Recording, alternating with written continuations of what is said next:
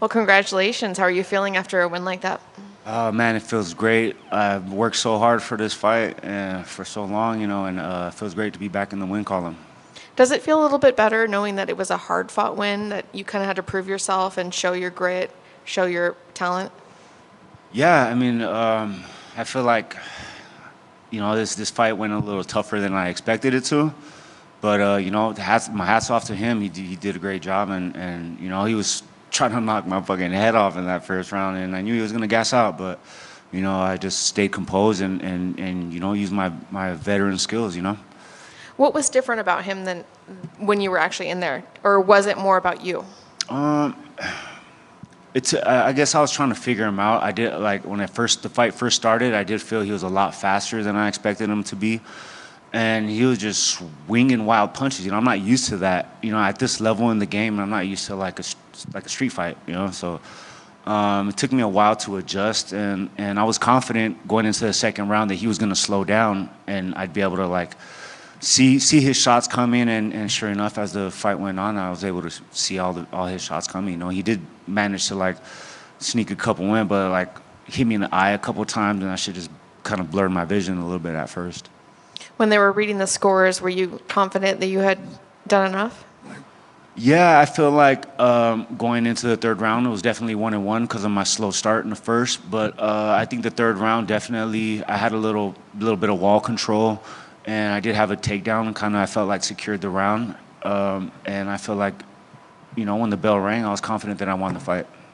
I know before this fight there were some life and training changes. Can you tell us a little bit about that and the decision to make those changes? Yeah, I mean, I was training out here in Vegas my whole past fight camp, like the last 6 months, and after my last fight, I got homesick. I'm from LA. I got family and kids and a wife back home that that need me at home. And I try to sacrifice the time that it takes, to be at the highest level. But me winning here just shows that family is more important than everything. So.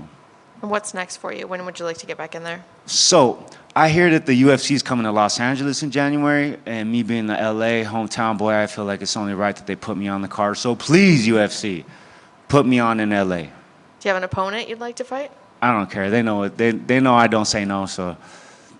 Awesome. Yeah. Thank you. Thanks. And I know you want to go back home. I mean, you wanted to be closer to family because it's got to be tough.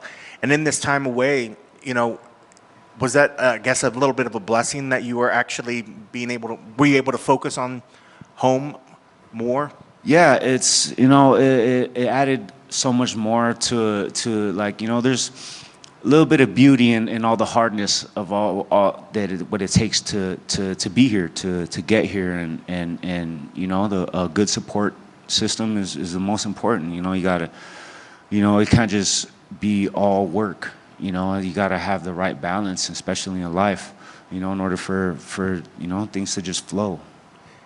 How frustrating, is it hard to not focus on when people start saying, oh, well, he hasn't had a win since 2022? Are there ever times where it gets frustrating and hard? Do you ever question yourself, like whether you fit here and whether you are good enough to be here? Do those challenges ever come in your head? No, man, the fight game is a very unforgiving sport. You could, before those losses, I was ranked number 13 in the world, and even after one of the losses, I was still ranked number 14. And people will ride you off, but the good thing about MMA is that it's not like boxing. You take 3 losses in boxing, they're like you're done. In MMA, like even though I lost my last fight, I feel like I gained more fan recognition off of that loss. And sometimes in MMA, like you could lose but still win at the same time. And I feel like, it's just learning experiences really for me is all it is. And then I guess last one for this, when you actually have some challenges out there and you're able to overcome, do you like those, and do you feel like those are the kind of fights that endear you to fans more so? Yeah, I knew that it was going into the second round. I knew I was down in the first because I couldn't figure him out. He's landing more strikes, and so it does give me a sense of urgency going into the second and third round. That knowing I'm down one, so it definitely intensifies my fight style. Great win tonight. D-Rod is back. A little bit of what you touched on with Kenny. We saw him use those leg kicks. Probably studied that Ian Gary fight you had, and we're like, oh, we're going to open up this way.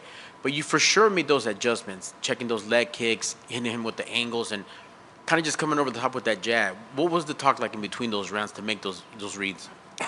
Yeah, well, I was touching him a lot to the body, but I wasn't following up top. So that was due to he had like this weird check hook that just kept catching me like every time I would go in at the body, and he was throwing with a lot of power. So definitely made me a lot weary of the situation. But you know, going into the third round, you know, my coaches tell me like, you know, just put more volume on him and start swinging with so much power, but and to believe in my strikes. So you know, I just that's the thing that I love about the Apex. It's just so small. You can hear the coaching, and it couldn't have been any better.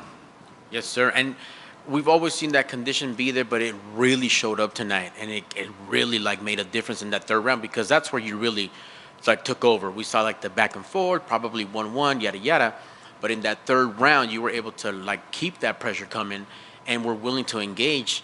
Besides that pressure that you applied, were you surprised that there wasn't more takedowns coming from your opponent tonight? I didn't expect him to shoot for takedowns. I would imagine he would have tried to do some wall work, maybe try to, you know, snap me down into a guillotine or something like that. But you know, I never really watched much tape on him. My coaching staff did, and you know, I just believe in them and what they had, you know, and how the training went. And I didn't think he would shoot for a takedown. I didn't know I would go for a takedown, but you know, that's just how the fight game is, you know. For sure, man. Besides that January card in California, and you know, coming back ASAP, building off this win, what would you like 2025 to be like for D-Rod?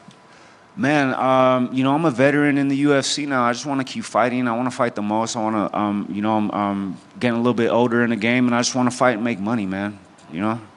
Yes, sir. And last but not least, your favorite was in town. I saw you walk out to that California Love. Can we say that's gonna be your signature song that you're gonna kind of inherit that from the California Kid? Man, only if I could get his blessing. You know what I mean?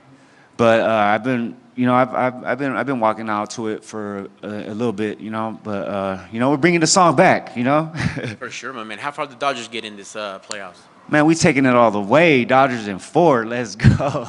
Right on, man. Congrats on the win, sir. Thank you.